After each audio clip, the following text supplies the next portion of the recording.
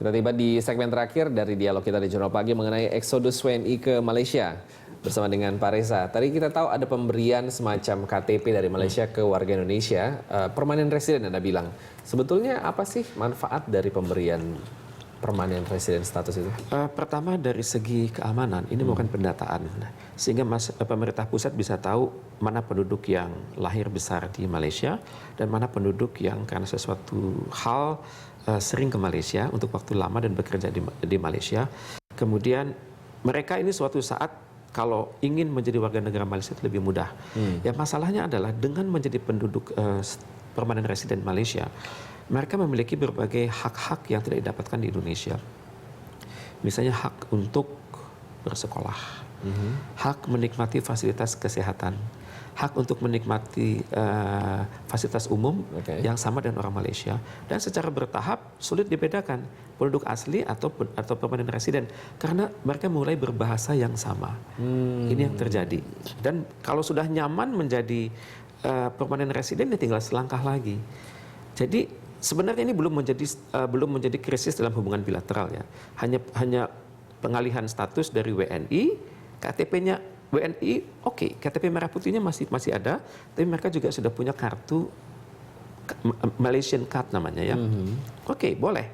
Dan secara hukumnya belum melanggar karena mereka masih terdata sebagai warga negara Indonesia. Tapi kalau kita tidak hati-hati, misalnya, ini nasionalisme mereka bisa luntur. Misalnya mulai mendiamkan praktek-praktek yang terjadi yang merugikan Indonesia, misalnya pencaplokan wilayah, kemudian kawin campur yang terus-menerus, kemudian secara bertahap terjadi misalnya pemilihan kepala dusun. Ternyata memang hubungan kekerabatan antar keluarga ya. Kita orang Indonesia di sini, orang Malaysia di sana, mungkin kakek neneknya masih serumpun. Tidak mustahil pelan-pelan mulai terjadi. Kepala RT atau kepala dusun, punya paspor Malaysia, mungkin pelan-pelan. Kemudian guru secara bertahap mengajarkan merah putih dari versi Malaysia. Itu kalau kita nggak waspadai pelan-pelan. Ini jadi lampu merah buat pemerintah Indonesia sendiri, Pak? Merah, bukan merah, tapi merah yang kedap-kedip terus merah terus. Kita harus siaga. Saya sangat berharap Presiden mengambil alih masalah ini. Misalnya begini, perkuatan Polsek di perbatasan. Perkuatan Kodim di perbatasan. Kemudian kembali mengulangi praktek-praktek terbaik dari pemerintahan terdahulu. Misalnya dokter, wajib praktek di wilayah terpencil, wilayah perbatasan. Mungkin kita nyebutnya sekarang wilayah desa. Harus.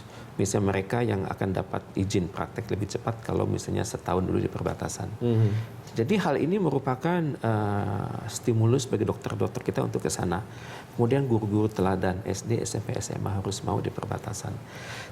Kemudian juga pada saat yang sama kita harus, istilahnya bahasa Jawa itu di masyarakat perbatasan harus diuwongke ya, dimuliakan. Jadi harus ada dong menteri dari perbatasan. Ya, seperti itu ya. Jadi merasa ada keterwakilan langsung ya. Oke. Nah, kalau begitu Pak, kan ini sudah menjadi lampu merah bagi pemerintah. Kira-kira langkah-langkah terdekat apa nih yang bisa diaplikasikan supaya mencegah hal tersebut tidak berlarut-larut lebih jauh lagi? Saya teringat pada konsultasi antara Presiden kita dengan pimpinan ARC pada saat KTT APEC tersebut. KTT APEC kemarin. Kita pertanyaan Pak Jokowi generik, tolong dong kasih tahu 3 alasan Anda bisa maju cepat. Pertama adalah infrastruktur, kedua stabilitas pemerintahan, dan yang ketiga pembangunan berkelanjutan. Itu jawabannya generik, semua orang tahu. Tapi kalau sudah dikemukakan oleh seorang dengan nama Xi Jinping, maka kita harus menjadikan ini resep. Maka resep pertama adalah seperti sudah dijawab oleh Menteri Marwan tadi, infrastruktur. Oke, infrastruktur. Jangan tanggung-tanggung. Jalan setapak atau jalan selebar motor, jadiin jalan highway seperti di Malaysia dong.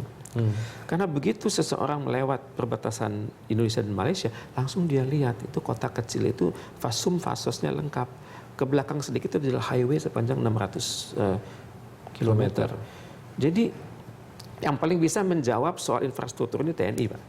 Misalnya TNI itu begitu tamat akabri, mereka dibawa ke perbatasan suruh lihat, dan mereka berjalan lama sekitar 2 bulan sepanjang perbatasan. Mereka naik turun lembah, jurang, ngarai ya. Mereka bisa merasakan begitu bahwa mempertahankan perbatasan itu kompleks. Jadi ya hendaknya TNI-nya diperkuat di situ. Boleh, hak kita dong. Dokter-dokter TNI banyak, dokter-dokter dari Polri banyak, ya dioperasionalkan di perbatasan. Ya mau nggak gitu. Ada dana nggak? Tapi kalau untuk harga mempertahankan sebuah kedaulatan, itu duit itu bukan masalah. Bukan masalah utama ya. Betul. Oke, kira-kira sebagai penutup Pak, 30 detik statement closing Anda untuk kesimpulan lah dialog kita pagi hari ini. Saya sangat berterima kasih pada Menteri Marwan tadi yang jujur.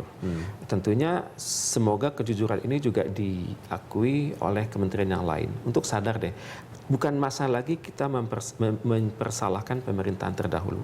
Pemerintahan sekarang harus mengambil hikmah daripada hal-hal yang terjadi dalam pemerintahan sebelumnya dan bekerja lebih baik. Sesuai dengan kata Pak Jokowi, kerja, kerja, dan kerja. Ya, itu ya. Baik, terima kasih Pak Reza atas kehadiran di Studio Berita 1. Demikian dialog kita dalam Jurnal Pagi. Tetaplah bersama kami akan segera kembali.